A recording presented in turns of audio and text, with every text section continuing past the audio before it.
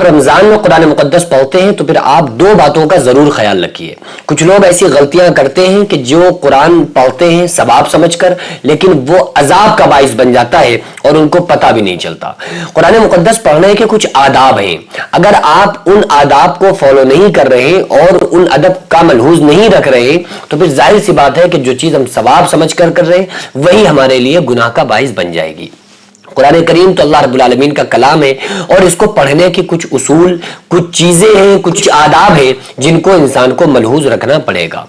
کچھ لوگ بہت اسپیڈ میں قرآن کریم پڑھتے ہیں اور ان کا خیال یہ ہوتا ہے کہ ہمیں رمضان میں چونکہ 5-6 قرآن کمپلیٹ کرنا ہے، اس لیے ہمیں بہت اسپیڈ سے قرآن کریم پڑھنا ہے۔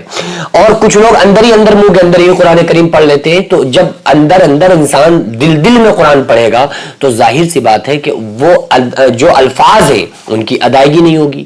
تو ادائیگی کا ادا ہونا بہت ضروری ہے کہ جو آپ ادائیگی الفاظ نکل لیں نا، تو زبان سے تو کم الفاظ نکلیں۔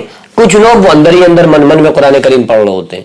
تو بھائی قرآن کو اتنی آواز سے پڑھیں کہ آپ کے آواز آپ کے کان سن سکیں، آپ کی آواز آپ کے کانوں تک پہنچ سکے، کیونکہ جب آپ اتنی آواز سے پڑھیں گے نا، عورتیں یا اپنے گھروں میں پڑھیں، عورتیں جو قرآن مقدس پڑھتی ہیں تو وہ اتنی آواز سے قرآن کریم کو پڑھیں کہ خود ان کے کان میں ان کی پڑھنے کی آواز پہنچ سکے۔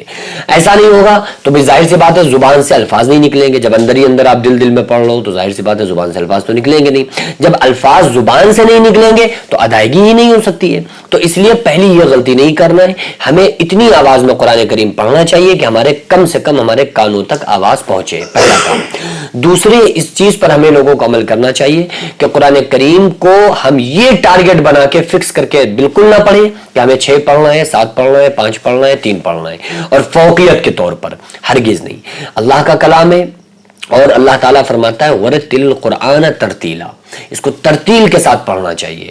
اور اس کے پڑھنے کی اسپیڈ کیا ہونا چاہیے، کس طرح سے پڑھنا چاہیے، میں آپ کو تھوڑا سا سورہ فاتحہ پڑھ کے سنا دیتا ہوں کہ کم سے کم ایسی آپ کی اسپیڈ ہو۔ اس سے زیادہ آپ کی اسپیڈ اگر ہو رہی ہے تو پھر مخارج کی ادائیگی نہیں ہو پائے گی۔ میں پڑھتا ہوں، آپ لوگ اس اسپیڈ کو ذہن میں رکھیے کہ بس اس طرح سے پڑھیں گے تو بالکل نارمل ہو۔ اعوذ باللہ من الشیطان الرجیم، بسم اللہ الرحمن الرحیم، الحمد للہ رب العالمین، الرحمن الرحیم، مالک یوم الدین، ایاک نعبد و ایاک نستعین، اہدنا الصراط المستقیم، صراط الذین انعمت علیہم غیر المغضوب علیہم ولا الضالین۔ یہ میں نے تھوڑا سا حدر میں پڑھا، اس وجہ سے اس میں تھوڑا ٹائم لگا، لیکن آپ لوگ کم سے کم اتنی ادائیگی ہو جائے، یہ دھیان رکھیے کہ اس طرح سے الفاظ، حروف کی ادائیگی ہماری ہو جائے، چاہے اس سے اور تھوڑی اسپیڈ بڑھ جائے، لیکن ادائیگی ہماری مکمل ہونا چاہیے۔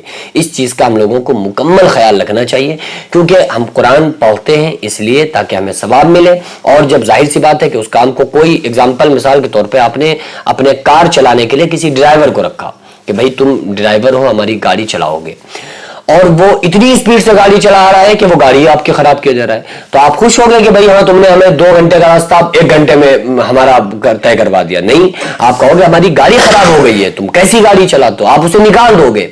تو کسی کام کا کرنا بڑی بات نہیں ہے، اس کو صحیح کرنا یہ اہم چیز ہے۔